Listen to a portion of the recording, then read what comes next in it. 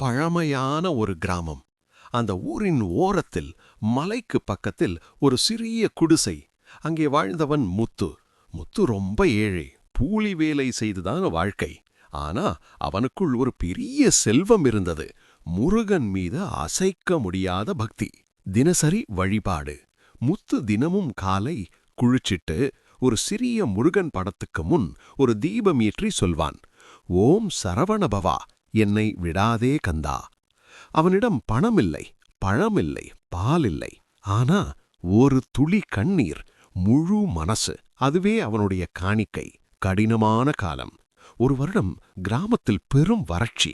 வேலையில்லை, சாப்பாடு இல்லை. ஒரு நாள் முத்துவின் அம்மா உடல் நலம் கெட்டு படுத்து விட்டாள். மருத்துவம் செய்ய காசில்லை. அம்மா மெதுவா சொன்னாள், முத்து, என்னை விடு, நீ வாழணும். அந்த வார்த்தை முத்துவின் நெஞ்சை கிழிச்சது. கோவிலில் ஒரு பிரார்த்தனை. அந்த இரவு முத்து மலைமேல் உள்ள முருகன் கோவிலுக்கு போனான்.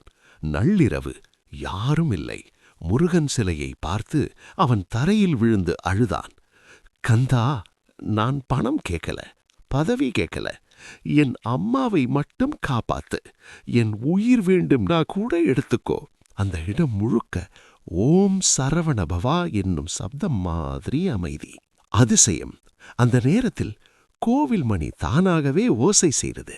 முத்து தலை உயர்த்தி பார்த்தான். ஒரு அழகான இளம் சந்நியாசி வேருடன் நின்றார். கண்களில் கருணை, முகத்தில் சாந்தி. அவர் சொன்னார், முத்தா, நீ அழ வேண்டாம். முத்து நடுங்கினான். நீ தினமும் உண்மையா என்னை நிலைச்சிருக்க, அதுக்கு நான் பதில் தராம இருக்க முடியுமா? முருகன் அருள். அந்த சந்நியாசி வேலை மண்ணில் தொட செல்லார். அங்கே ஒரு சிறிய நீரூற்று பொங்கியது. இந்த நீரை உன் அம்மாவுக்கு கொடு. நம்பிக்கை மட்டும் விடாதே.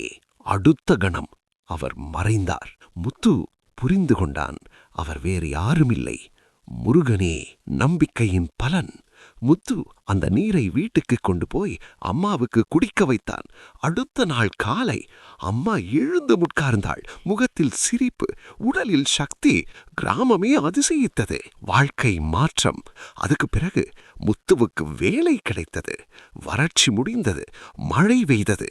முத்து பணக்காரனாகல, ஆனா மனசு நிறைந்த மனிதனானான்.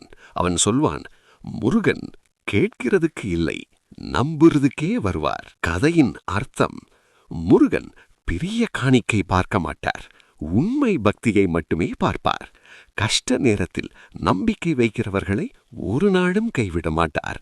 முடிவு சொல், கந்தன் இருக்கான், கவலை வேண்டாம்.